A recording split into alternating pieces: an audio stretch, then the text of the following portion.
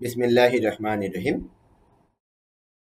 জাতীয় বিশ্ববিদ্যালয়ের অধিভুক্ত কলেজসমূহে অধ্যয়নরত বিবিএ তৃতীয় বর্ষ সম্মান শ্রেণীর হিসাব বিজ্ঞান বিভাগের সকল ছাত্রছাত্রীকে আজকের এই অনলাইন শ্রেণী কার্যক্রমে স্বাগত জানাচ্ছি।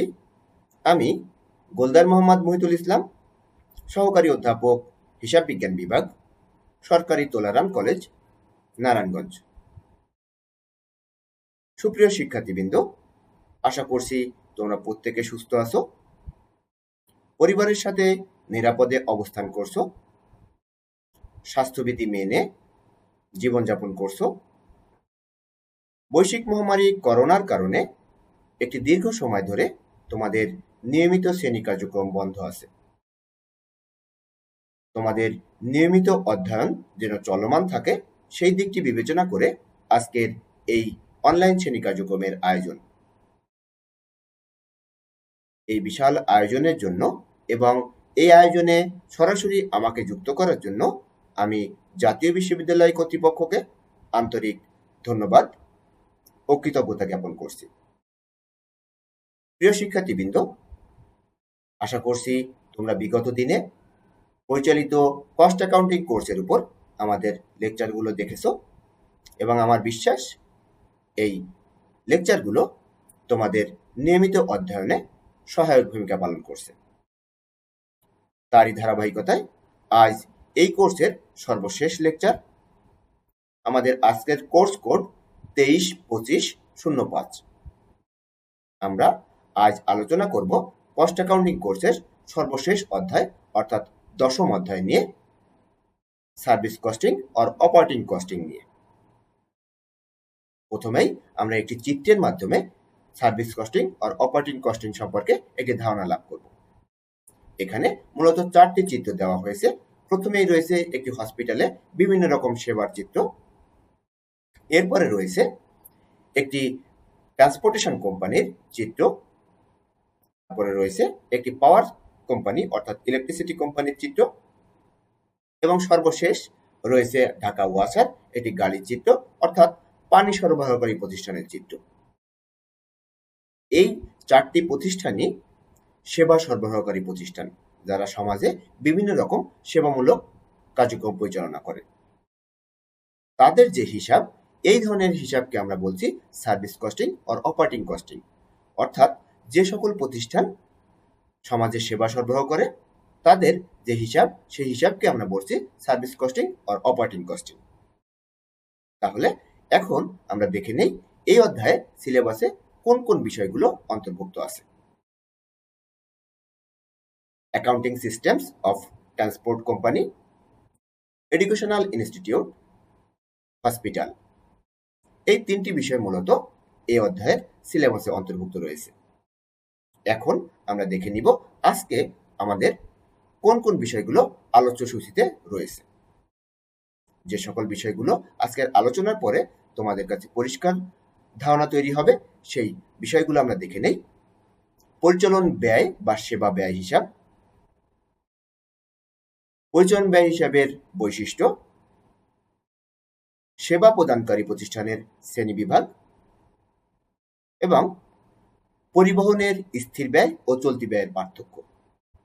এছাড়াও আমরা কিছু গাণিতিক সমস্যা দেখব, যেখান থেকে আমরা এই বিষয় সম্পর্কে পরিষ্কার একটি ধারণা লাভ করতে পারব। তাহলে আমরা মূল আলোচনায় চলে যাই। প্রথমেই আমরা দেখে নিব পরিচালন ব্যয় হিসাব বা অপারেটিং কস্টিং বলতে আমরা কি বুঝি। কিছু কিছু প্রতিষ্ঠান আছে যারা কোনো পণ্য উৎপাদন করে না, বরং সেবামূলক কাজে সর্বদা নিয়োজিত থাকে।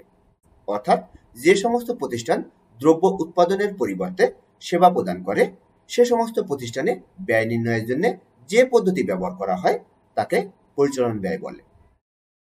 এসব সেবামূলক প্রতিষ্ঠানে সেবার ব্যয় ও মূল্য নির্ণয়ের জন্য মূলত সেবা ব্যয় হিসাব প্রয়োগ করা হয়।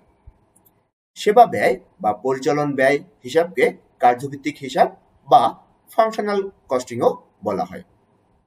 অর্থাৎ এক কথায় যদি আমরা বলি যে সকল প্রতিষ্ঠান সমাজে সেবা প্রদান করে, সেই সকল প্রতিষ্ঠানে হিসাব রাখার জন্য যে পদ্ধতি ব্যবহার করা হয় সেটিকে আমরা বলছি পরিচালন ব্যয় হিসাব বা কার্যভিত্তিক হিসাব বা সার্ভিস কস্টিং, যে নামেই আমরা ডাকি না কেন, operating costing, service costing, functional costing, বিভিন্ন নামেই আমরা এটিকে ডাকতে পারি।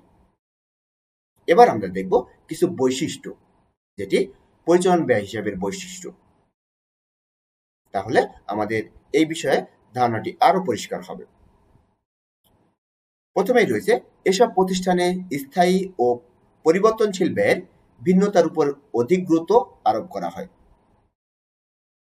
পরিচালন ব্যয় হিসাব পদ্ধতিতে প্রতিষ্ঠানের ভিন্নতার কারণে বিভিন্ন ধরনের প্রতিষ্ঠান বিভিন্ন ব্যয় একক ব্যবহার করে। সেবার ব্যয় নির্ণয়ের জন্য ব্যয় একক অগ্রণী ভূমিকা পালন করে বিধায় ব্যয় একক নির্বাচনে পরিচালন ব্যয় হিসাব পদ্ধতির একটি অন্যতম বৈশিষ্ট্য। সকল সেবামূলক বা সরবরাহকারী প্রতিষ্ঠানের ব্যয়কে বিভিন্ন অংশে ভাগ করা হয় এবং ব্যয়ের প্রকৃতি বিভিন্ন রকম হয়। যে সকল প্রতিষ্ঠান পরিচালন ব্যয় হিসাব পদ্ধতি ব্যবহার করে সে প্রতিষ্ঠানগুলো সমজাতীয় সেবা প্রদান করে। পরিচালন ব্যয় হিসাব পদ্ধতিতে পরিবর্তনশীল ব্যয়ের তুলনায় অধিক পরিমাণে স্থায়ী প্রকৃতির ব্যয় হয়। সেবার ব্যয় নিরূপণের জন্য নির্দিষ্ট সময়ের ব্যয়কে ব্যয় একক দ্বারা ভাগ করে একক প্রতি পরিচালন ব্যয় হিসাব করা হয়। এখানে আমরা কিছু উদাহরণ উপস্থাপন করেছি একক প্রতি ব্যয়ের। প্রতিষ্ঠান ভেদে একক প্রতি ব্যয় কেমন হয় সেটি আমরা দেখি। ব্যয় একক কোন কোন প্রতিষ্ঠানের জন্য কেমন হয় সেটি দেখে নেই। যাত্রী পরিবহন সংস্থার ক্ষেত্রে যাত্রী মাইল বা কিলোমিটার, পণ্য পরিবহন সংস্থার ক্ষেত্রে টন মাইল বা কিলোমিটার, শিক্ষা প্রতিষ্ঠানের ক্ষেত্রে প্রতি শিক্ষার্থী, হাসপাতালের ক্ষেত্রে প্রতি বেড বা ক্যাবিন, বিদ্যুৎ সংস্থার ক্ষেত্রে কিলোওয়াট ঘন্টা। এগুলোকে আমরা ব্যয় একক বলছি। অর্থাৎ প্রতিষ্ঠান ভেদে ব্যয় একক ভিন্ন, সেটির একটি উদাহরণ হলো এটি। তাহলে এই বৈশিষ্ট্যগুলো থেকে আমরা পরিচালন ব্যয় হিসাব সম্পর্কে একটি পরিষ্কার ধারণা লাভ করতে পারি। এবার আমরা দেখব পরিচালন ব্যয় হিসাবের শ্রেণী বিভাগ বা সেবা প্রদানকারী প্রতিষ্ঠানের শ্রেণী বিভাগ। Classification of service rendering organisation. এখানে মূলত আমরা তিনটি শ্রেণীতে এটিকে বিভক্ত করছি। একটি হলো পরিবহন প্রতিষ্ঠান বা ট্রান্সপোর্টেশন ইনস্টিটিউশনস, উপযোগী প্রতিষ্ঠান বা ইউটিলিটি ইনস্টিটিউশনস এবং সরবরাহকারী প্রতিষ্ঠান বা সাপ্লাইজ ইনস্টিটিউশন। এই তিনটি ভাগে আমরা সেবা প্রদানকারী প্রতিষ্ঠানগুলোকে বিভক্ত করছি। পরিবহন প্রতিষ্ঠানের ক্ষেত্রে প্রতি যাত্রী বা প্রতি টন বিবেচনা করে পরিবহন ব্যয় নির্ণয় করা হয়। বিশেষ করে এখানে মোট ব্যয়কে মোট যাত্রী বা মোট মালামালের পরিমাণ দ্বারা ভাগ করে একক প্রতি ব্যয় নির্ণয় করা হয়। অর্থাৎ পরিবহনের ক্ষেত্রে দুই ধরনের পরিবহন রয়েছে। একটি হলো যাত্রী পরিবহন করে, আরেকটি হলো মালামাল পরিবহন করে। যে পরিবহন যাত্রী পরিবহন করে তাদের ক্ষেত্রে ব্যয় একক যাত্রী, আর যে পরিবহন মালামাল পরিবহন করে তাদের ক্ষেত্রে ব্যয় একক মালামালের পরিমাণ বা ওজন। এরপরে রয়েছে উপযোগী প্রতিষ্ঠান। উপযোগী প্রতিষ্ঠানের ক্ষেত্রে মোট ব্যয় নির্ণয় করে একে কার্যের মোট সংখ্যা দ্বারা ভাগ করে একক ব্যয় নির্ণয় করা হয়। হাসপাতালের জন্য প্রতি রোগী বা প্রতি বেড বা আমরা ক্যাবিনও বলতে পারি। হোটেলের ক্ষেত্রে প্রতি কক্ষ। শিক্ষা প্রতিষ্ঠানের ক্ষেত্রে শিক্ষার্থীকে একক হিসেবে ধরা হয়। এরপরে রয়েছে সেবা প্রদানকারী প্রতিষ্ঠান বা সেবা সরবরাহকারী প্রতিষ্ঠান। যে সকল প্রতিষ্ঠান সমাজের বিভিন্ন সেবামূলক কার্য সরবরাহ করে তাকে সেবা সরবরাহকারী প্রতিষ্ঠান বলে। উদাহরণ হিসেবে আমরা বলতে পারি বিদ্যুৎ সরবরাহকারী, পানি সরবরাহকারী, গ্যাস সরবরাহকারী, এগুলোকে আমরা বলছি সেবা সরবরাহকারী প্রতিষ্ঠান। যেমন বিদ্যুতের ক্ষেত্রে কিলোওয়াটকে আমরা ব্যয় একক ধরি, গ্যাসের ক্ষেত্রে কিউবিক ফুট এবং পানির ক্ষেত্রে গ্যালনকে আমরা ব্যয় একক হিসেবে ধরে থাকি। তাহলে এই ছিল আমাদের সেবা প্রদানকারী প্রতিষ্ঠানের শ্রেণী বিভাগ। এখন আমরা একটি পার্থক্য দেখব, যেখানে আমরা দেখব পরিবহন খাতে স্থির ব্যয় ও চলতি ব্যয়ের পার্থক্য। আমরা বলেছিলাম যে আমাদের যখন কোনো পার্থক্য উপস্থাপন করব তখন এরকম ছক আকারে আমরা পার্থক্যটিকে উপস্থাপন করব। যেখানে থাকবে পার্থক্যের বিষয় এবং পাশাপাশি দুটি বিষয়, যে দুটি বিষয়ের মধ্যে আমরা পার্থক্য করে থাকব। তাহলে প্রথমেই আসি সংজ্ঞাগত পার্থক্য। স্থির ব্যয়ের ক্ষেত্রে যে সমস্ত খরচ যানবাহনের চলাচলের উপর নির্ভর করে না এবং নির্দিষ্ট সময়ের জন্য একই থাকে তাকে স্থির ব্যয় বলে। অন্যদিকে যে সমস্ত খরচ যানবাহনের চলাচলের উপর নির্ভর করে তাকে চলতি খরচ বলে। অর্থাৎ যানবাহন বেশি চললে বেশি খরচ, কম চললে কম খরচ, একে আমরা বলছি চলতি খরচ। উদাহরণ হিসেবে আমরা বলছি স্থির খরচের উদাহরণ মূলধনের সুদ, গ্যারেজের ভাড়া, বীমা, লাইসেন্স, ফি ইত্যাদি। অন্যদিকে চলতি খরচের উদাহরণ হিসেবে আমরা বলছি মেরামত ও রক্ষণাবেক্ষণ, টায়ার ও টিউব, পেট্রোল, লুব্রিকেন্ট ইত্যাদি। হ্রাস বৃদ্ধি। স্থায়ী খরচ একক প্রতি পরিবর্তনশীল। কথাটা একটু ভিন্ন শোনালেও খেয়াল করে শোনো। স্থায়ী খরচ একক প্রতি পরিবর্তনশীল। পরিবহন বেশি চললে স্থির খরচ কমে এবং কম চললে স্থির খরচ বৃদ্ধি পায়। পক্ষান্তরে আমরা বলছি চলতি খরচ একক প্রতি স্থির, অর্থাৎ যানবাহন চলাচল মাইল বৃদ্ধি বা হ্রাস যাই হোক না কেন এই খরচ মাইল প্রতি একই থাকে। তাহলে কথাটা কি? স্থির খরচ একক প্রতি পরিবর্তনশীল আর পরিবর্তনশীল খরচ একক প্রতি স্থির। এরপরে আমরা বলছি পরিমাপের পরিবর্তন। যানবাহনের চলন আইনের পরিবর্তন ঘটলে এ খরচের মোট পরিমাণের পরিবর্তন হয় না। এটি হলো স্থির ব্যয়। অন্যদিকে চলতি ব্যয়ের ক্ষেত্রে আমরা বলছি যানবাহনের চলন আইনের পরিবর্তন ঘটলে এর মোট খরচের আনুপাতিক হারে পরিবর্তন হয়। পরিবর্তনশীলতার ক্ষেত্রে আমরা বলছি একটি নির্দিষ্ট সময় ও নির্দিষ্ট কার্যস্তরে স্থির খরচ স্থির থাকে, অর্থাৎ একটি নির্দিষ্ট সময়ের জন্য এবং নির্দিষ্ট কার্যস্তরের জন্য স্থির খরচ স্থির। পক্ষান্তরে মোট চলতি খরচ পরিবর্তনশীল। তাহলে এখান থেকে আমরা দুটি বিষয় আরো স্পষ্ট করি। একটি হলো স্থির খরচ একক প্রতি পরিবর্তনশীল কিন্তু মোট স্থির।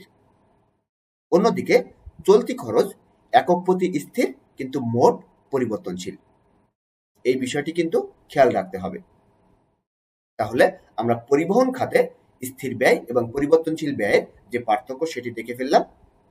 এখন আমরা দেখব আমাদের গাণিতিক সমস্যা।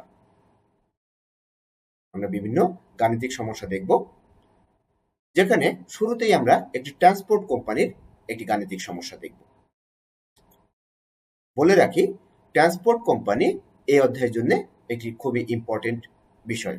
ট্রান্সপোর্ট কোম্পানির হিসাব, এখানে যে তথ্যগুলো দেওয়া আছে সেই তথ্যগুলো তোমরা কিন্তু লিখে নিতে পারো। তাহলে যখন আমি সলিউশন বোঝাবো বা ওয়ার্কিংস গুলো বোঝাবো তখন কিন্তু তোমাদের এই তথ্যগুলো কাজে লাগবে। আমি একবার পড়ে যাই, ততক্ষণে তোমরা লিখে নাও। Mr. Raja Mia has started transport business with a fleet of 10 taxis. The various expenses incurred by him are given below. অর্থাৎ মিস্টার রাজা মিয়া 10টি ট্যাক্সি নিয়ে ট্রান্সপোর্ট বিজনেস শুরু করে এবং তিনি যে খরচগুলো করেছেন বা করে থাকেন সেটির একটি চার্ট আমাদের এখানে দেওয়া আছে, তথ্যগুলো উপস্থাপন করা হয়েছে। কি কি খরচ তিনি করবেন বা করেছেন। কস্ট অফ ইচ ট্যাক্সি টাকা 8 lakh. Salary of office staff 15,000 PM। PM কথাটির মানে হলো পার মান্থ, অর্থাৎ 15,000 টাকা পার month. Salary of garage staff টাকা 20,000 per month. Rent of garage টাকা 10,000 পার মান্থ। ড্রাইভার স্যালারি পার ট্যাক্সি 4,000 পার মান্থ। এখানে কিন্তু পার ট্যাক্সি কথাটি উল্লেখ আছে, এটি কিন্তু খেয়াল রাখতে হবে। Road tax and repair per taxi 2,000 per month. Per month না, সরি, এটি পার অ্যানাম। পিএ কথাটির মানে হলো পার অ্যানাম, অর্থাৎ বার্ষিক। পার মান্থ হলো মাসিক আর পিএ বা পার অ্যানাম মানে হলো বার্ষিক। তাহলে রোড ট্যাক্স অ্যান্ড রিপেয়ার এটি কিন্তু পার অ্যানাম অর্থাৎ বার্ষিক দেওয়া আছে। ইন্স্যুরেন্স প্রিমিয়ামের ক্ষেত্রে আমাদের বলা আছে অ্যাট 3% অফ কস্ট, অর্থাৎ কস্টের উপর 3% আমাদের ইন্স্যুরেন্স প্রিমিয়াম ধরতে হবে। কস্ট আমাদের দেওয়া আছে 8 লাখ টাকা। তাহলে 8 লাখ টাকা 3% করলে আমাদের আসে 24,000 টাকা। এটিও কিন্তু পার অ্যানাম অর্থাৎ বাৎসরিক দেওয়া আছে। এছাড়াও আমাদের আরো কিছু তথ্য দেওয়া আছে। The life of a taxi is 3 lakh kilometres. KMS বলতে আমরা এখানে বুঝাচ্ছি kilometres. And at the end of which it is estimated to be sold at taka 10,000। অর্থাৎ একটি ট্যাক্সি 3 লাখ কিলোমিটার করে সারা জীবনে রান করতে পারবে এবং এটি তারপরে অকেজো হয়ে যাবে এবং অকেজো হয়ে যাওয়ার পরে এটিকে আমরা 10,000 টাকায় বিক্রি করতে পারবো। A taxi runs an average 5,000 kilometers per month, of which 25% it runs empty. বলা আছে প্রতি মাসে একটি ট্যাক্সি রান করে 5,000 কিলোমিটার এবং এই 5,000 কিলোমিটারের মধ্যে 25% এমটি থাকে অর্থাৎ খালি থাকে। এখন খালি থাকলে তো ভাড়া পাওয়া যাবে না, এই জন্য এই 25%কে আমরা বাদ দিয়ে দিব। তাহলে 100% থেকে যদি 25% বাদ যায় তাহলে থাকে 75%। আমরা এই 5,000 কিলোমিটারের উপর 75% অ্যাপ্লাই করব, তাহলে আমরা ইফেক্টিভ কিলোমিটার পাবো। এছাড়াও রয়েছে petrol consumption is 1 litre per 20 kilometre, অর্থাৎ 1 লিটার পেট্রোলে 20 কিলোমিটার করে রান করতে পারে। কস্ট অফ পেট্রোল ইজ টাকা 100 পার লিটার। 1 লিটার পেট্রোলের দাম ধরা হয়েছে 100 টাকা। Oil and other sundry expense amount to taka 100 per 100 kilometre এবং অন্যান্য খরচ বলা হয়েছে প্রতি 100 কিলোমিটারের জন্য 100 টাকা করে। এখন আমরা দেখব আমাদের রিকোয়ারমেন্টে কি বলা হয়েছে। Calculate the effective cost of running a taxi per kilometre, অর্থাৎ 1 কিলোমিটারে একটি ট্যাক্সির ইফেক্টিভ কস্ট কত সেটি আমাদের ক্যালকুলেট করতে হবে। If the hire charge rate is টাকা 17.50 per kilometer, find out the profit of Mr. Raja Mia may expect to make in the first year of operation. অর্থাৎ যদি প্রতি কিলোমিটারের ভাড়া 17 টাকা 50 পয়সা হয় তাহলে প্রথম বছরে রাজা মিয়া কত টাকা প্রফিট এক্সপেক্ট করতে পারে সেটিও আমাদের ক্যালকুলেট করতে হবে। তাহলে এখানে দুটি বিষয় ক্যালকুলেট করতে হবে, একটি হলো ইফেক্টিভ কস্ট পার কিলোমিটার পার ট্যাক্সি, আরেকটি হলো রাজা মিয়া টোটাল কত টাকা এক বছরে ইনকাম করতে পারে সেটির এস্টিমেটেড প্রফিট আমরা ক্যালকুলেট করব। তাহলে এই ছিল আমাদের ইনফরমেশনগুলো। এখন শুরুতেই আমরা স্টেটমেন্ট করার আগে কিছু ওয়ার্কিংস করে নিব, সেই ওয়ার্কিংসগুলো আমরা দেখে নেই।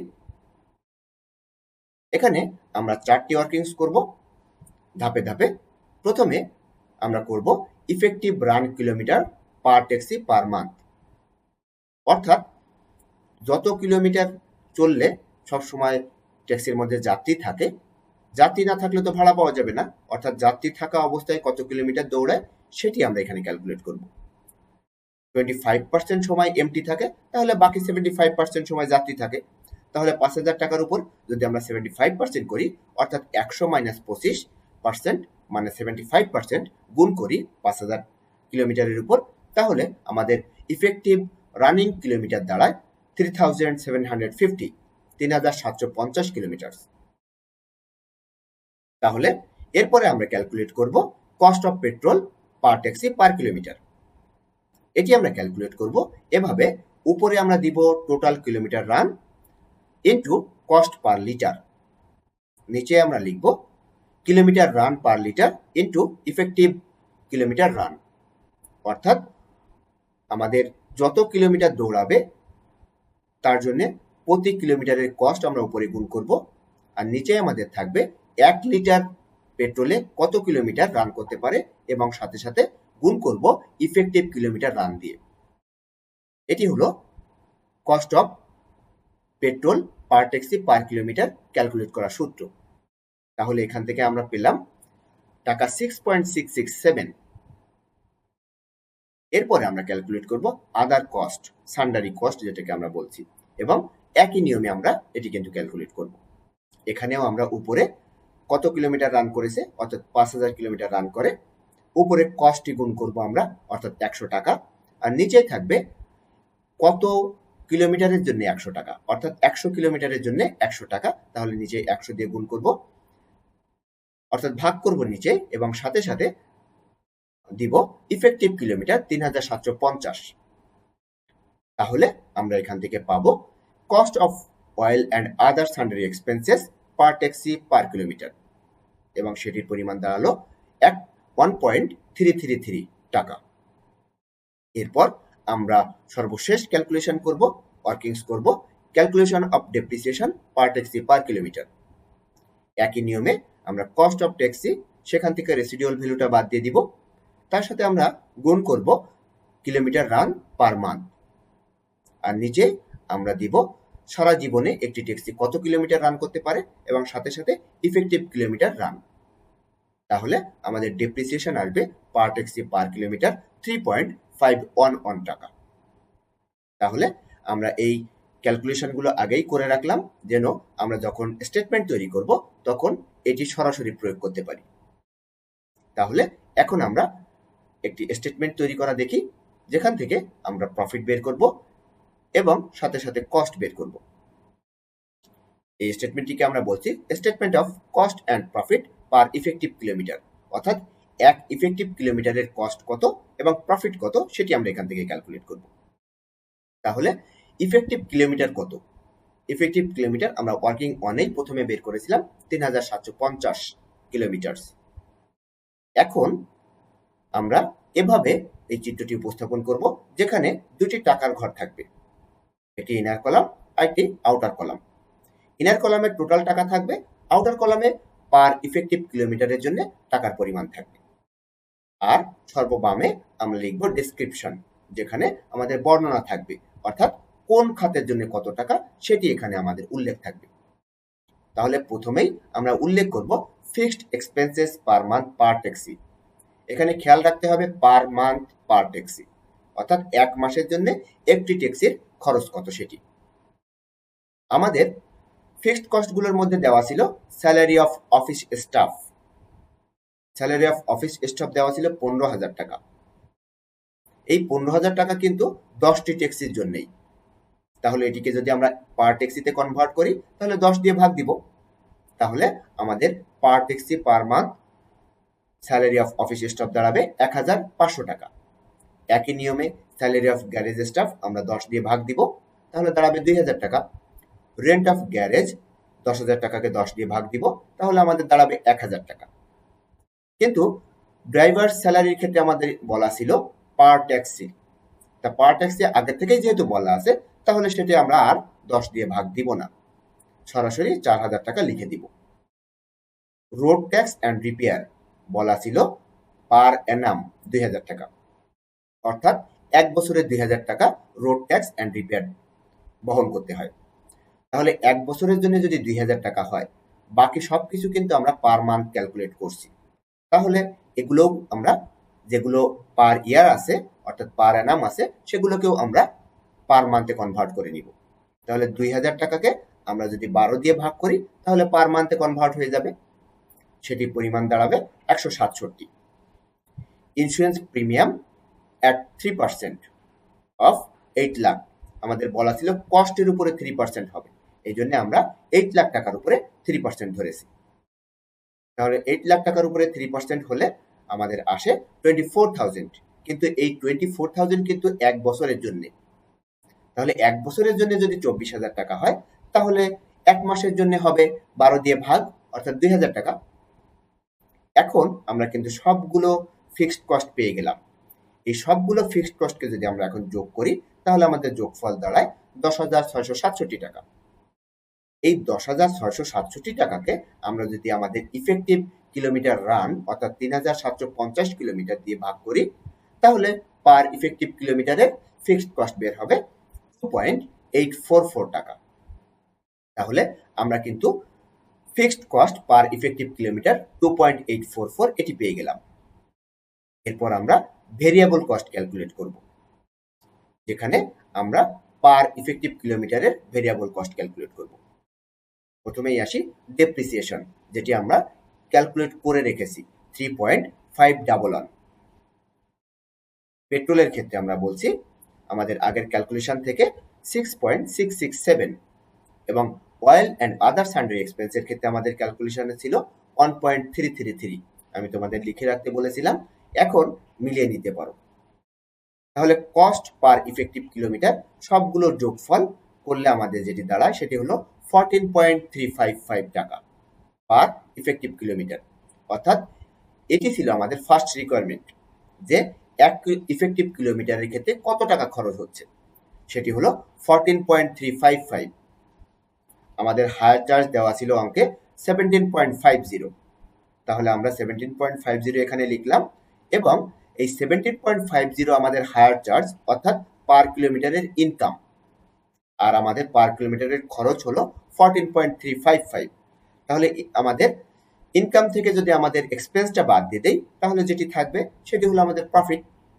তাহলে প্রফিট পার ইফেক্টিভ কিলোমিটার, এখানে আমরা লিখেছি ব্যালেন্সিং ফিগার, অর্থাৎ আমাদের 17 টাকা 50 পয়সা থেকে 14.355 টাকা যদি আমরা বাদ দিয়ে দেই, তাহলে আমাদের প্রফিট পার কিলোমিটার অর্থাৎ পার ইফেক্টিভ কিলোমিটারের প্রফিটটা বের হয়, সেটি হলো 3.145 টাকা। আশা করি তোমরা এই স্টেটমেন্টটি বুঝতে পেরেছো। এভাবে আমরা এক ইফেক্টিভ কিলোমিটারের প্রফিট ক্যালকুলেট করছি। তাই যদি হয়, তাহলে এখন আমরা এক বছরে 10টি ট্যাক্সির ক্ষেত্রে কত টাকা প্রফিট হবে সেটি ক্যালকুলেট করে দেখি। যদি আমরা পার ইফেক্টিভ কিলোমিটারের প্রফিট ক্যালকুলেট করতে পারি, তাহলে সেই পার ইফেক্টিভ কিলোমিটারের সাথে এক মাসে যত ইফেক্টিভ কিলোমিটার রান হয় তার সাথে এক বছরে অর্থাৎ 12 মাস 12 দিয়ে গুণ দিব, এবং 10টি ট্যাক্সির জন্য 10 দিয়ে গুণ দিব। সেটি আমরা দেখি ক্যালকুলেশনটা, তাহলে তোমাদের বুঝতে সহজ হবে। এখানে দেখো, এক্সপেক্টেড অ্যানুয়াল প্রফিট আমরা কিভাবে ক্যালকুলেট করেছি, প্রফিট পার কিলোমিটার আমাদের এতক্ষণ ক্যালকুলেট করে বের করলাম যেটি, সেটি 3.145। ইফেক্টিভ কিলোমিটার ছিল 3750 পার মান্থ। এক বছরে 12 মাস, এজন্য আমরা 12 দিয়ে গুণ দিলাম, এবং মিস্টার রাজা মিয়ার 10টি ট্যাক্সি রয়েছে, এই জন্য 10 দিয়ে গুণ দিলাম। তাহলে এই সবগুলোর গুণফল দাঁড়ায় 14,15,250 টাকা। অর্থাৎ এক বছরে তার এক্সপেক্টেড প্রফিট 14,15,250 টাকা। এটি ছিল আমাদের সেকেন্ড রিকোয়ারমেন্ট। তাহলে আশা করি তোমরা এটি বুঝতে পেরেছো। এরপরে আমরা চলে যাব আমাদের আরেকটি প্রবলেমে, যেটি অন্য আরেকটি কোম্পানির ক্ষেত্রে প্রযোজ্য। আমরা এতক্ষণ ট্রান্সপোর্ট কোম্পানির উদাহরণ দেখলাম, এবার আমরা একটি পাওয়ার সাপ্লাই কোম্পানি অর্থাৎ পাওয়ার প্রোডাকশন কোম্পানির উদাহরণ দেখব। এখানে ইনফরমেশনগুলো বলা আছে এরকম: the following cost data pertaining to the year 2019 has been collected from the books of Sun Power Limited Company Limited. Prepare a cost sheet showing the cost of generation of power per unit per kilowatt hour. যে ইনফরমেশনগুলো দেওয়া আছে সেগুলো তোমরা কিন্তু লিখে নিতে পারো, তাহলে ক্যালকুলেশনে বুঝতে সহজ হবে। Total units generated 10 lakh kilowatt hour, KWH বলতে কিলোওয়াট আওয়ার, যেটি কিনা পাওয়ার কোম্পানির ক্ষেত্রে আমরা বলেছিলাম এটি হলো ব্যয় একক। অপারেটিং লেবারের ক্ষেত্রে 65,000 টাকা। প্লান্ট সুপারভিশন, এটি একটি ফিক্সড কস্ট, 40,000 টাকা। লুব্রিকেন্ট অ্যান্ড সাপ্লাইজ 50,000 টাকা। রিপেয়ার অ্যান্ড মেনটেন্যান্স 55,000 টাকা। অ্যাডমিনিস্ট্রেটিভ ওভারহেড, এটিও একটি ফিক্সড কস্ট, 25,000 টাকা। ক্যাপিটাল কস্ট 2 লাখ টাকা। তাহলে এই কস্টগুলো আমাদের দেওয়া আছে, সাথে সাথে আমাদের বলা আছে coal consumed per kilowatt hour for the year is 2.5 KG at taka 0.05 per KG. অর্থাৎ 1 কিলোওয়াটের জন্য আমাদের কয়লা লাগে 2.5 কেজি, এবং প্রতি কেজির মূল্য ধরা হয়েছে 0.05 টাকা। এছাড়াও বলা হয়েছে depreciation rate chargeable is 10% on capital cost. তাহলে আমরা ক্যাপিটাল কস্ট যে 2 লাখ টাকা দেওয়া আছে তার উপর আমরা 10% চার্জ করব, অর্থাৎ 20,000 টাকা হবে আমাদের ডেপ্রিসিয়েশন। তাহলে আমরা একটি কস্ট শিট তৈরি করে দেখি।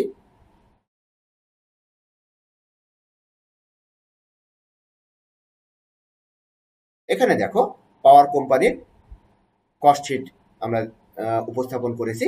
এখানে আমরা হেডিং লিখব sun power company limited. Operating cost sheet, এখানে টোটাল ইউনিট জেনারেট সেটি আমরা কিন্তু লিখে দিয়েছি 10 lakh kilowatt hour.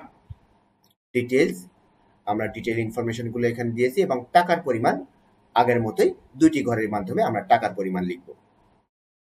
Fixed cost, আমাদের দুটি ফিক্সড কস্টের কথা আমরা বলেছিলাম, একটি হলো প্লান্ট সুপারভিশন 40,000 টাকা, আরেকটি হলো অ্যাডমিনিস্ট্রেটিভ ওভারহেড 25,000 টাকা। তাহলে টোটাল ফিক্সড কস্ট দাঁড়ায় 65,000 টাকা। এই 65,000কে আমরা যদি 10 লাখ দিয়ে ভাগ করি তাহলে পার কিলোওয়াট আওয়ার বের হবে। 10 লাখ হলো আমাদের প্রোডাকশন, আমাদের যে যত ইউনিট প্রোডাক্ট তৈরি হয়েছে সেটি। তাহলে আমাদের পার ইউনিটের ফিক্সড কস্ট দাঁড়ায় 0.065 টাকা। এরপরে আমরা ভেরিয়েবল কস্টে চলে আসি। আমাদের কোয়েল কনজাম্পশন বলা ছিল পার ইউনিটের ক্ষেত্রে 2.5 কেজি কোয়েল কনজিউম হয় এবং তার মূল্য পার কেজি 0.05, অর্থাৎ 1 ইউনিট পাওয়ার প্রোডাকশনের ক্ষেত্রে আমাদের কোয়েল লাগে 0.125। অপারেশন লেবার, এক্ষেত্রে আমাদের কস্ট হলো 65,000 টাকা। 65,000কে আমরা 10 লাখ দিয়ে ভাগ করব, তাহলে আমাদের দাঁড়ায় 0.065। লুব্রিকেন্ট অ্যান্ড সাপ্লাইজ 50,000 টাকা, সেটিকে আমরা 10 লাখ দিয়ে ভাগ করলে 0.050। রিপেয়ার অ্যান্ড মেনটেন্যান্স 55,000 টাকা, সেটিকে যদি আমরা 10 লাখ দিয়ে ভাগ করি তাহলে আমাদের দাঁড়ায় 0.55 টাকা। এবং ডেপ্রিসিয়েশনের ক্ষেত্রে আমরা বলেছিলাম 2 লাখ টাকা আমাদের কস্ট, তার উপর 10% ডেপ্রিসিয়েশন, অর্থাৎ 20,000 আমাদের ডেপ্রিসিয়েশন। সেই 20,000 টাকাকে আমরা যদি 10 লাখ কিলোওয়াট আওয়ার দিয়ে ভাগ করি তাহলে আমাদের পার কিলোওয়াট আওয়ারের ডেপ্রিসিয়েশন দাঁড়ায় 0.02। তাহলে প্রত্যেকটি খরচের আমরা পার কিলোওয়াট আওয়ারে কনভার্ট করে ফেললাম। তাহলে এখন এই সবগুলোকে যদি আমরা যোগ করে দেই তাহলে আমরা পেয়ে যাব পার কিলোওয়াট আওয়ারের টোটাল কস্ট, এবং যোগফলটি হলো 0.38, অর্থাৎ 1 ইউনিট অর্থাৎ 1 কিলোওয়াট আওয়ার পাওয়ার প্রোডাকশন করতে টোটাল কস্ট হয় 0.38 টাকা। তাহলে আমরা প্রথমে দেখলাম একটি ট্রান্সপোর্ট কোম্পানির উদাহরণ, এখন আমরা দেখে নিলাম একটি পাওয়ার সাপ্লাই কোম্পানির উদাহরণ। এরপর আমরা আরেকটি ট্রান্সপোর্ট কোম্পানির উদাহরণ দেখব, যেখানে দুটি ভেহিকেলের ক্ষেত্রে আলাদা আলাদাভাবে আমরা দেখব। তাহলে আমাদের এই ট্রান্সপোর্ট কোম্পানির অঙ্কগুলো বুঝতে সহজ হবে। ট্রান্সপোর্ট কোম্পানির অঙ্কগুলো আমি বারবার গুরুত্ব দিচ্ছি এ কারণেই, কারণ এই অধ্যায়ের ক্ষেত্রে ট্রান্সপোর্ট কোম্পানির অঙ্কগুলো খুবই গুরুত্বপূর্ণ, পরীক্ষায় এগুলো বারবার আসে। তাহলে আমরা আমাদের প্রবলেম 3 দেখে নেই। From the following data relating to 2 different vehicles A and B, complete the cost per kilometer. এখানে এ এবং বি দুটি আলাদা ভেহিকেলের ক্ষেত্রে কস্ট দেওয়া আছে এবং অন্যান্য ইনফরমেশন দেওয়া আছে, যেমন kilometre run, A kilometre run করে 30,000, বি রান করে 20,000। Cost of vehicle 4,50,000 for A, 3 lakh for B. Road licence, এটি কিন্তু বলা আছে অ্যানুয়াল, এগুলো কিন্তু আমাদের খেয়াল রাখতে হবে। উভয়ের ক্ষেত্রেই 1,750। ইন্স্যুরেন্স বলা আছে 1,700 ফর বোথ। গ্যারেজ রেন্ট বলা আছে ফর এ 1,600 এবং বি এর ক্ষেত্রে 1,500। সুপারভিশন অ্যানুয়াল 4,200 করে প্রত্যেকটি। ড্রাইভার্স ওয়েজেস পার আওয়ার, এখানে কিন্তু খেয়াল রাখতে হবে পার আওয়ার, এখন কিন্তু অ্যানুয়াল না, এখন আওয়ারে চলে এসেছি। তাহলে পার আওয়ার এর ক্ষেত্রে 30 টাকা, বি এর ক্ষেত্রেও 30 টাকা। কস্ট অফ পেট্রোল ধরা হয়েছে পার লিটার 154 টাকা উভয়ের ক্ষেত্রেই। Kilometre run 20 kilometre for A এবং 15 কিলোমিটার বি এর ক্ষেত্রে। রিপেয়ার খরচ ধরা হয়েছে এর ক্ষেত্রে প্রতি কিলোমিটারে 3 টাকা, বি এর ক্ষেত্রে প্রতি কিলোমিটার 1 টাকা। টায়ার অ্যালোকেশন পার কিলোমিটার, এর ক্ষেত্রে 2 টাকা 75 পয়সা, বি এর ক্ষেত্রে 1 টাকা 50 পয়সা। এবং তাদের এস্টিমেটেড লাইফ ধরা হয়েছে এর ক্ষেত্রে 1,50,000 কিলোমিটার, বি এর ক্ষেত্রেও 1,50,000 কিলোমিটার। এছাড়াও আমাদের আরও তথ্য দেওয়া হয়েছে, যেটি হলো you are to charge interest at 4% per annum, অর্থাৎ কস্টের উপরে আমাদের ইন্টারেস্ট ক্যালকুলেট করতে হবে 4% পার অ্যানাম, এক বছরে 4% আমরা ইন্টারেস্ট ধরবো। এছাড়াও বলা হয়েছে the vehicle run 25 kilometre per hour on an average, অর্থাৎ প্রতি ঘন্টায় 25 কিলোমিটার করে প্রত্যেকটি ভেহিকেল রান করতে পারে। তাহলে আমরা এখান থেকে আমাদের একটি কস্ট শিট তৈরি করব, কিন্তু তার আগে আমরা কিছু ওয়ার্কিংস দেখে নেই, তাহলে আমাদের কস্ট শিট তৈরি করতে সহজ হবে। তাহলে আমরা কিছু ওয়ার্কিংস দেখে নেই। ওয়ার্কিংস অনেক ক্ষেত্রে আমরা বলছি calculation of drivers wages per kilometre per vehicle, যেহেতু এখানে বলা ছিল পার আওয়ার 30 টাকা আর আমাদের কিলোমিটার বলা ছিল 25 কিলোমিটার পার আওয়ার, এভারেজে অন অ্যান এভারেজ 25 কিলোমিটার করে রান করতে পারে। তাহলে ভেহিকেলের ক্ষেত্রে আমরা বলছি যে একজন ড্রাইভারের স্যালারি হবে পার কিলোমিটার 1.20, সেটি ভেহিকেল এর ক্ষেত্রে এবং ভেহিকেল বি এর ক্ষেত্রেও তাই। আমরা ওয়ার্কিং 2 তে বলছি calculation of cost of petrol per kilometre per vehicle. সেক্ষেত্রে পেট্রোলের দাম ধরা হয়েছিল 154 টাকা, 20 কিলোমিটার করে রান করতে পারে ভেহিকেল এ, এই জন্যে আমাদের পার কিলোমিটারের কস্ট দাঁড়ালো, আমরা 20 দিয়ে ভাগ করে দিয়েছি, তাহলে 7.70 টাকা per kilometre cost of petrol for vehicle A. এবং ভেহিকেল বি এর ক্ষেত্রে সেই ক্যালকুলেশনটি দাঁড়ায় 10 টাকা 27 পয়সা, 10.27 টাকা। কেন? কারণটি হলো ভেহিকেল বি 1 লিটার পেট্রোলে রান করতে পারে 15 কিলোমিটার। এরপরে আমরা ডেপ্রিসিয়েশন ক্যালকুলেট করছি পার ভেহিকেল পার কিলোমিটার। সেক্ষেত্রে ভেহিকেল এর ক্ষেত্রে আমাদের কস্ট ছিল 4,50,000, সেটি যদি আমরা তার যে লাইফ টাইম সেটি হলো 1,50,000 কিলোমিটার, সেটি দিয়ে ভাগ করি, তাহলে আমাদের পার কিলোমিটারের ডেপ্রিসিয়েশন দাঁড়ায় 3 টাকা। এবং ভেহিকেল বি এর ক্ষেত্রে সেই ক্যালকুলেশনটি দাঁড়ায় টাকা 2। কেন? কারণটা হলো ভেহিকেল বি এর কস্ট ছিল 3 লক্ষ টাকা এবং ভেহিকেল বি লাইফ টাইমে রান করতে পারে 1,50,000 কিলোমিটার। তাহলে 3 লাখ টাকাকে আমরা 1,50,000 কিলোমিটার দিয়ে ভাগ করলে আমাদের পার কিলোমিটারের ডেপ্রিসিয়েশন দাঁড়ায় 2 টাকা। এরপরে আমরা বলছি calculation of interest per year per vehicle. এখন আমাদের ইন্টারেস্ট ক্যালকুলেট করতে বলা হয়েছে 4%। এই 4% আমরা ধরবো কস্টের উপরে। তাহলে ভেহিকেল এর ক্ষেত্রে আমাদের কস্ট ছিল 4,50,000, তার উপর যদি আমরা 4% ক্যালকুলেট করি তাহলে আমাদের দাঁড়ায় ইন্টারেস্ট 18,000 টাকা। একইভাবে ভেহিকেল বি এর ক্ষেত্রে যদি আমরা ক্যালকুলেট করি তাহলে 3 লাখ টাকার 4% অর্থাৎ 12,000 টাকা। তাহলে আমরা কিন্তু ইন্টারেস্ট যে এক্সপেন্স সেটিও ক্যালকুলেট করে ফেললাম। এই ওয়ার্কিংসগুলো আমরা করে রাখলাম। এখন আমাদের কস্ট শিটটি তৈরি করতে সহজ হবে। তাহলে এখন দেখো, এখানে আমরা প্রথম ঘরের ডিটেইল লিখব, এরপরে আমরা ভেহিকেল অনুযায়ী 2টি করে টাকার ঘর রাখবো। একটি হলো টোটাল টাকা, আর একটি হলো পার কিলোমিটারের টাকা। সেটি ভেহিকেল এর ক্ষেত্রেও যেমন ভেহিকেল বির ক্ষেত্রেও একইভাবে আমরা এই সবটি তৈরি করব। তাহলে আমাদের 5টি কলাম তৈরি হবে। তাহলে আমরা প্রথমে ফিক্সড কস্ট দিব। রোড লাইসেন্স ভেহিকেল এর ক্ষেত্রে 1,750 টাকা ছিল, ভেহিকেল বি এর ক্ষেত্রেও 1,750 টাকা ছিল।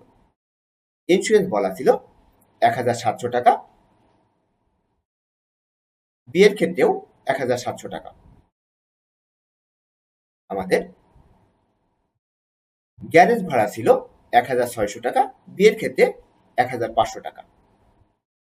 সুপারভিশন অ্যান্ড স্যালারি ছিল 4,200 টাকা, বি এর ক্ষেত্রেও 4,200 টাকা। এবং ইন্টারেস্ট আমাদের দাঁড়ালো 18,000 টাকা এবং বি এর ক্ষেত্রে 12,000 টাকা।